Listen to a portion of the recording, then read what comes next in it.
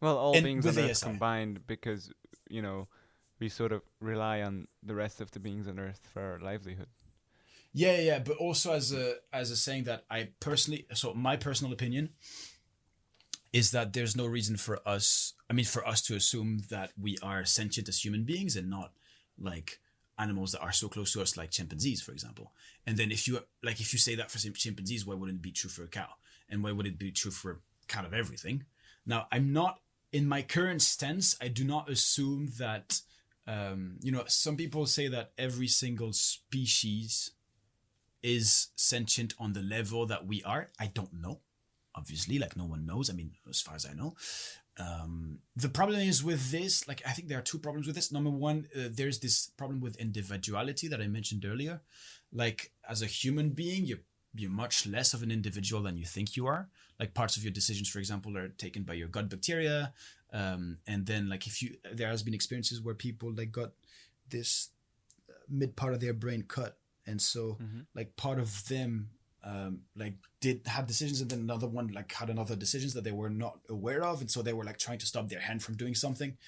um and yeah that came from, I think, Homo Deus or Sapiens, I don't remember.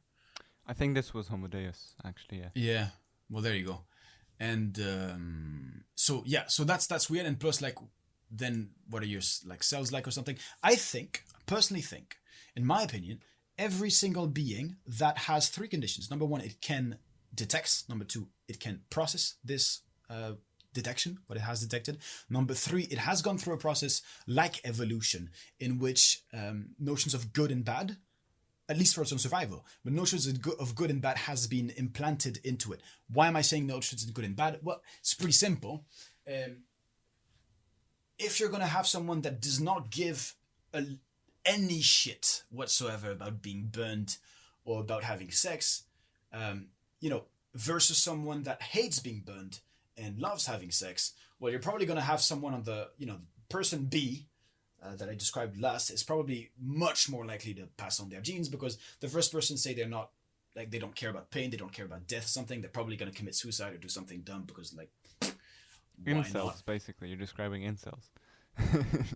I have no clue what an incel is. It's an That's involuntary celibate. Basically, guys who can't get laid because they're. okay.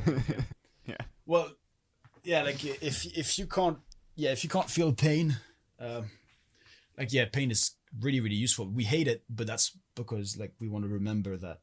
Let's not do that again, because it's dangerous for me. Most of the time, then we have chronic pain and stuff like that. But and yeah, so then, like, we can see that evolution kind of puts into people or beings these notions of good and bad. Even I actually read a book on plants, because I was like, oh, like, if I just get vegetarian, like, then, if is it all good? Like, or vegan, is it all good? Because, like, okay, like, my Yeah, I my, my remember you were first into this for assumption, a while, yeah, telling everyone that it's better. You are basically a higher moral human if you only eat plants. did I say that to people? Well, not you didn't use the exact wording, but you basically implied it. That's possible, yeah. Yeah. I mean, because the thing is, I mean, I wouldn't say that you're a better person. I mean, depending on your definition of a better person. For example, I do not think, okay, if you consider that animals are, if you assume that animals are sentient, and you assume that they feel, look, maybe you can assume that they feel as much, maybe you can assume that they feel like, I don't know. If you say that you feel as much as, like, how smart you are, which I don't think it's, like, then, like, why would, like, that's another conversation, like, why But would you you say don't that? But have then, to be necessarily that smart or conscious to yeah, still to feel, feel pain and yeah. suffer. Because So what if you just assume, your consciousness is not the experiences. yeah, What's creating the and experience. It's also just that aware of it. that that Yeah. would mean that if you have someone dumb, they are less valuable than some. I mean, you can kill them better than. I mean, yeah, it brings some fun, ethics exercises, but like, if you assume that animals are sentient, and then you look at, like, the meat industry and shit like that, and, like, most of our meats, if I'm not wrong today, the vast majority of our meat is like done with like these big ass factories in which like these animals that did not evolve for this, because this is extremely recent, are like just made into fucking like one place and like fucking sleep in their shit. And like, I mean, anyways, like in my opinion, it would probably be like kind of like life torture their life, something like that, or like they would probably numb themselves at some point. But they're basically destroying the dignity. It's taking the dignity out of their lives. That's not a life at all. It's pretty hardcore. A zombie that feels a lot of pain. That's fucked up thing. Yeah. Basically, I guess at some point they must like numb themselves in some way to protect. I guess, I don't know. No, because I mean, in 'Sapiens, there's this chapter about this issue of how animals are treated, basically in factory farms, and you know, they keep giving birth, like the cattle keep giving birth as soon as they can. Basically, the moment this baby is born, this calf is born, a few days later they're pregnant again, and the calf is separated from them immediately. That calf grows up without its mother in complete isolation in a shitty environment, dirty environment. The mother gets depressed and starts banging its head to a fucking wall. Yeah. So it's not. Yes. I think. Look, if I'm gonna say something today. If I say this out loud in France, for example, people are going like, "How the fuck can you say that? Are you fucking insane?"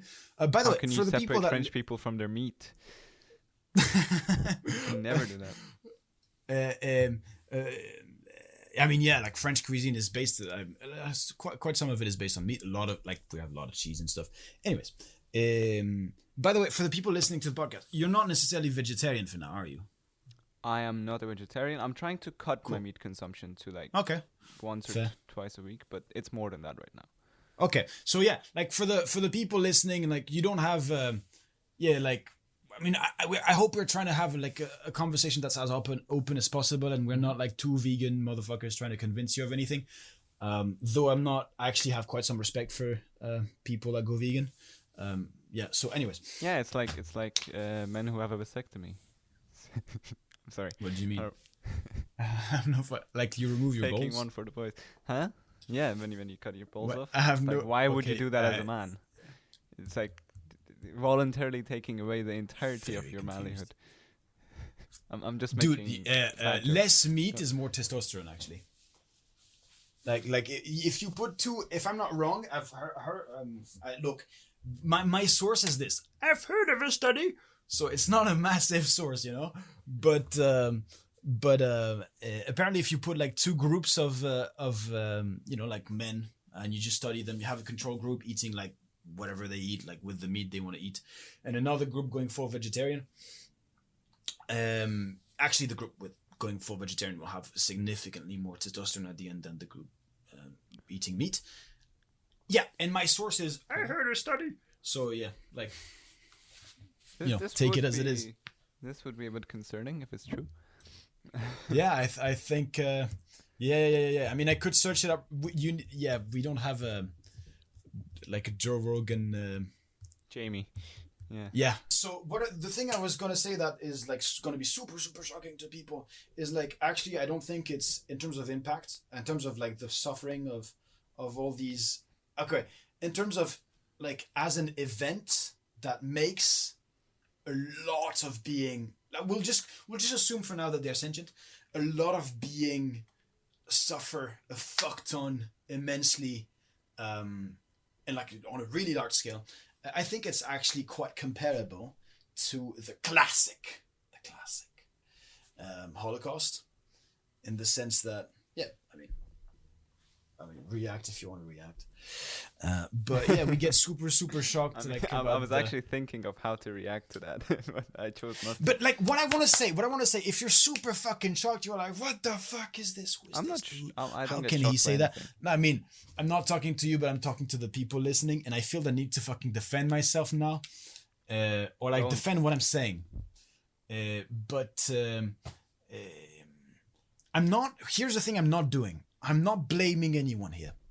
For example, if you own a farm, if you happen to own a farm, a massive like industrial farm, first of all, thank you immensely for your open-mindedness, because you're listening to this point, and I'm like you're fucking hero, mate. Like I don't know if you're. I mean, hero is not the most precise thing, but like anyways, thank you.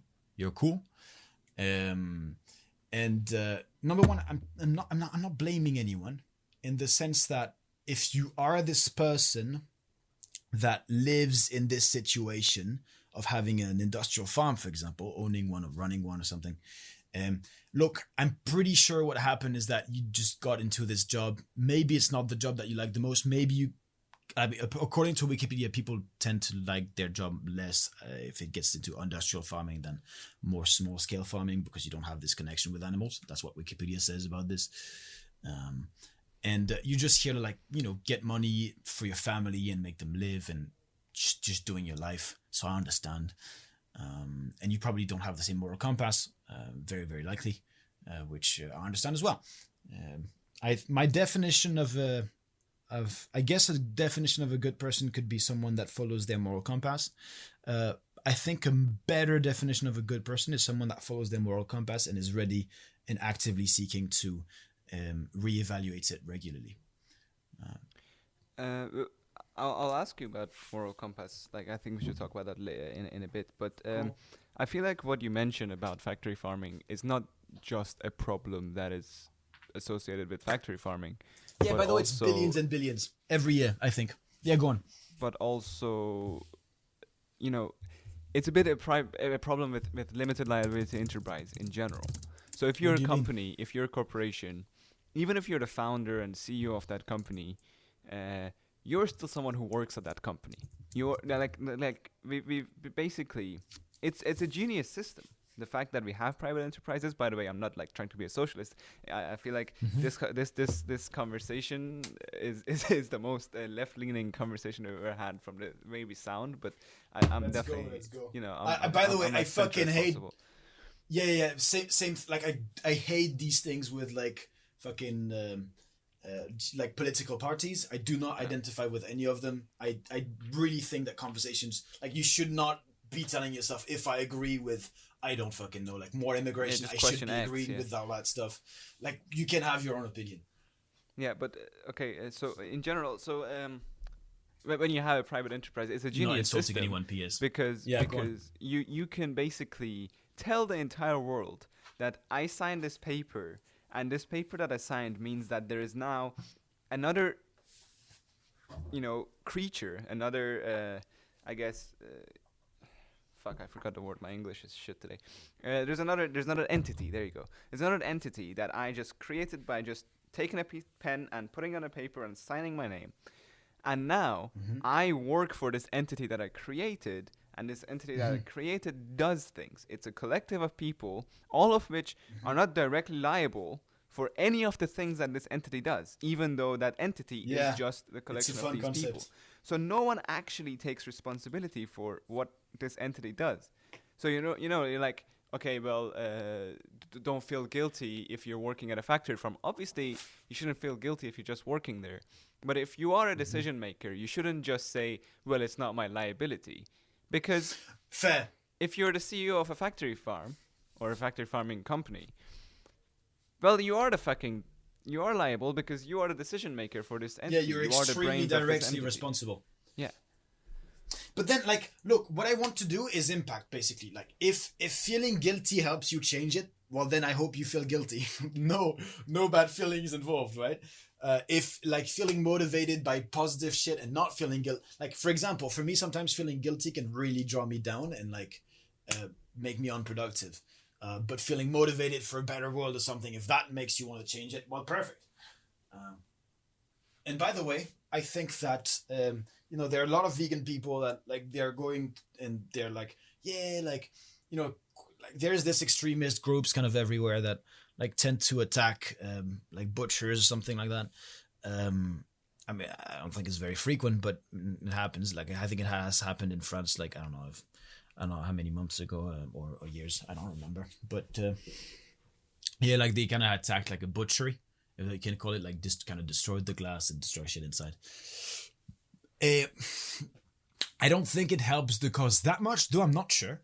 But I think what would help the cause much, much, much, much more is actually legit understanding, probably sales as in how to convince someone of something, and going to, meet companies and people actually that have the power to change this. And so then what you can maybe do with them is like, let's like understand exactly what they want. And maybe if what they want is a lot of profit, and maybe that's completely fine.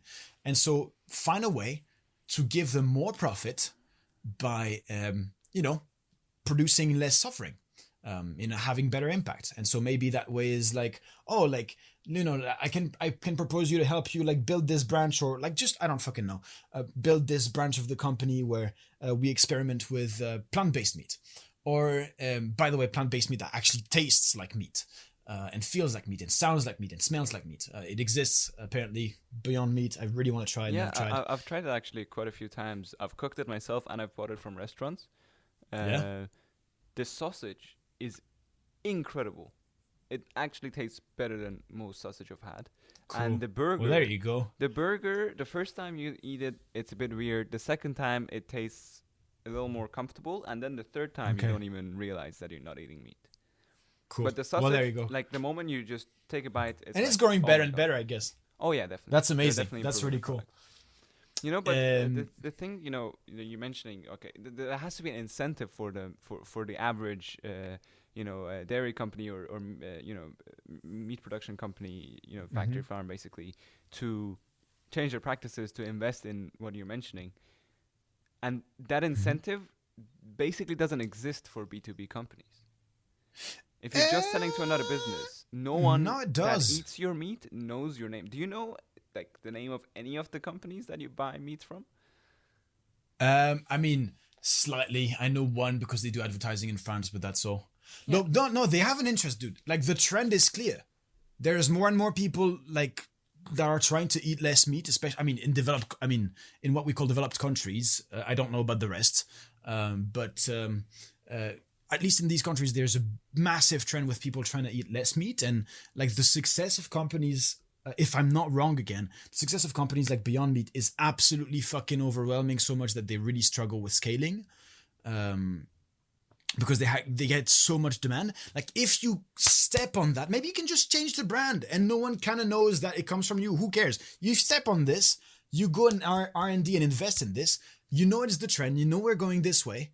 Like, that's where the money is going to be in the future, and like fucking do it. Second thing, you could actually do meat. Look, here's the thing. I was talking about this with my family and my dad in the boat, like we were going to Corsica for holidays. We're lucky enough so that we can like have these kind of holidays, and we so we were on this like kind of ferry boat that worked we were in a kind of a restaurant there, and I was talking with my parents, with my family and with my dad about it, and he said, look, I don't see any problems, if you have an animal, so maybe your pig is born in a farm and it's actually living a fucking great pig life. Like it's a farm that allows it to live a fucking great pig life, and like just living its life, and it's cool and all, and then it dies in a way that it doesn't suffer, or like the beings around it won't suffer the loss. By the way, there is big evidence for animals grieving, and why would they not? It makes sense to evolutionarily speaking, I guess it makes a lot of sense.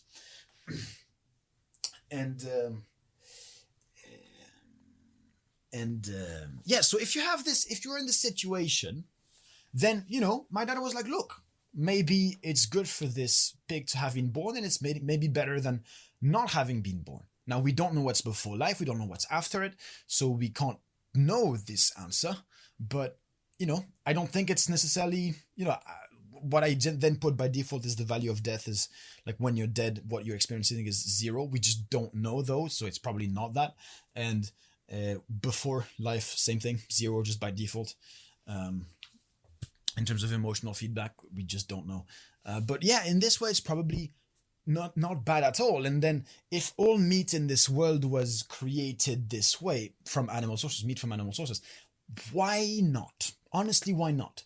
Then I'd probably, be eating that kind of meat or something. The problem is today it's really, really, really not the case. Does that mean that the meat would get much more expensive and much rarer? Like the supply would get lower? Absolutely. Is this a bad thing? Yeah, No, of course I it think. should. I mean, it's always been that way, right? It's always been that way until we discovered factory farming. It was always, a food that was Fair. was a rarity. Yeah, It it was a never, luxury meat. it was not. It was never the rule. I don't know how much people cared about their like the animals. They probably did though, a lot of them, because like I don't know, you probably have some form of a connection with them. It's expensive to raise them though. Like even if you raise hundreds of chicken, it's still quite expensive. I mean, depends on the region, depends on the culture, depends on what they can farm there. But in general, most societies weren't massive meat eaters. Like every day, 2 3 times it was a day. apparently it was quite rare. It's something quite that luxury. Yeah. So I'm actually reading this book called "Should We Eat Meat?" Literally, that's the title. It's amazing. Cool. I highly recommend it. It's by Václav Smil, and the book is basically like 400 pages of analyzing with basically pure numbers whether us as a civilization can continue. But for a climate change perspective? And from a climate change perspective, from a moral perspective in terms of suffering, and from just in general resources and economic perspective. So basically the conclusion that it came to was that, first of all, the demand for meat is not going to be going down anytime soon. This is sort of the China and India problem and the rest of the like they're happy world, to start which is like, eating meat for regularly for the first time. As soon as possible, it's like, yeah, exactly. There are families that have never been able to regularly. I guess India is a bit less of the problem because of their religions.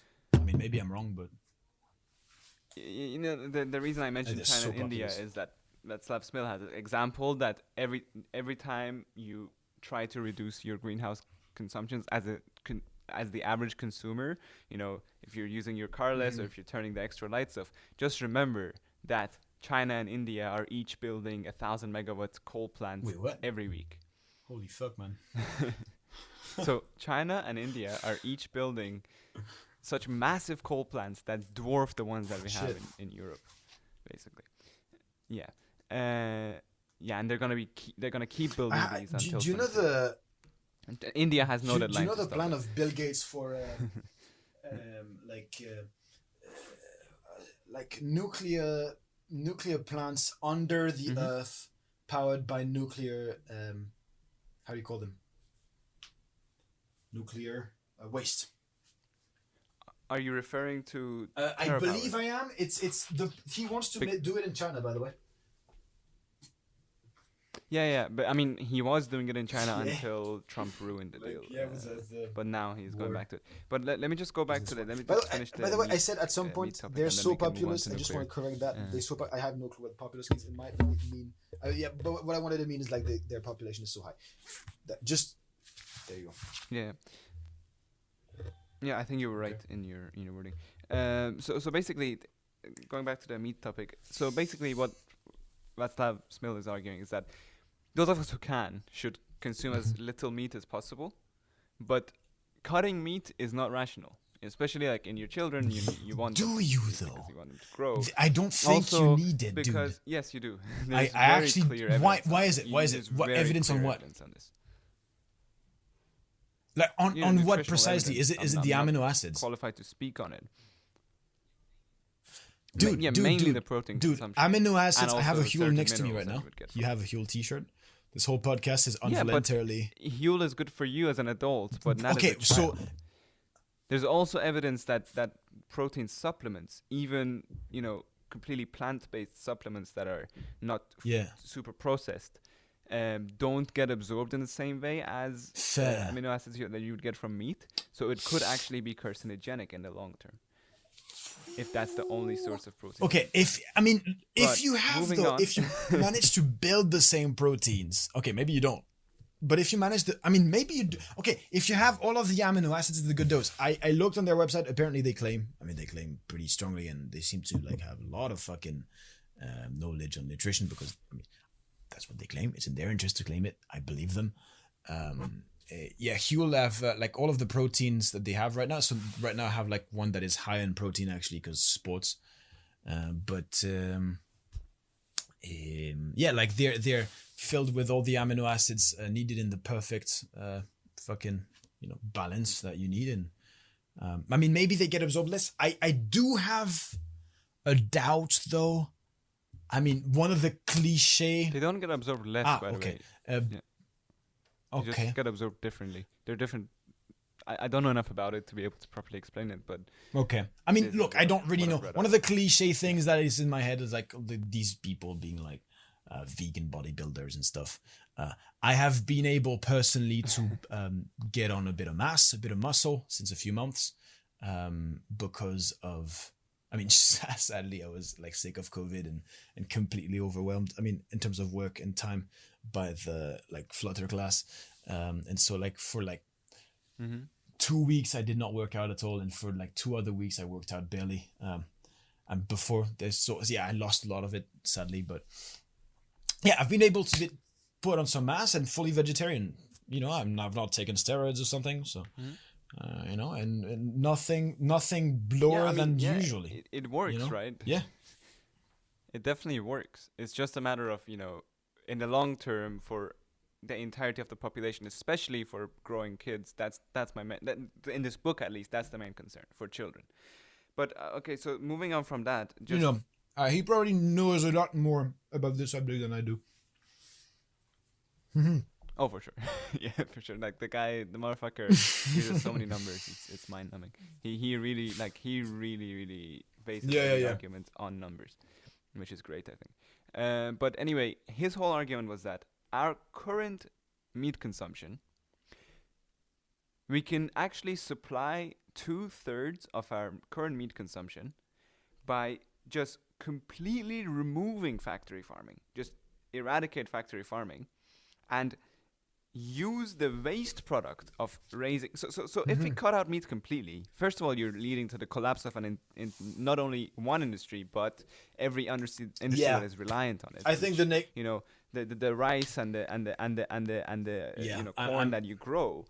All of that rice and corn needs to be fed to something, and well, then we'd have to cut even less if you just feed it to humans. Let me just finish this. Yeah. So you know, corn and rice and all the other things that we feed to cattle and to animals have a lot of waste product that need to be put somewhere. Otherwise, they will just start composting and creating methane, right? So anyway, you basically just from this waste product that I mentioned, you can feed 2/3 of the animals that we are raising right now with no factory farming. That's kind of crazy. Of it. I'm not considering land mass here. I'm not considering the amount of land that you would have to consume to raise this many, but you can sustainably raise 2/3 of the cattle that we're raising, the animals that we're raising now, just from the things that you would be throwing away if you were raising no animals. Okay. So we should keep actually raising animals. It's just that we should be more rational. The whole point of the book is actually to propose this thing called rational meat eating. Yeah. So on a large scale, as humans, like, get your fucking shit together, stop wasting so much meat, stop eating so much meat, especially Americans and to an extent Europeans, and just consume it rationally. Eat it like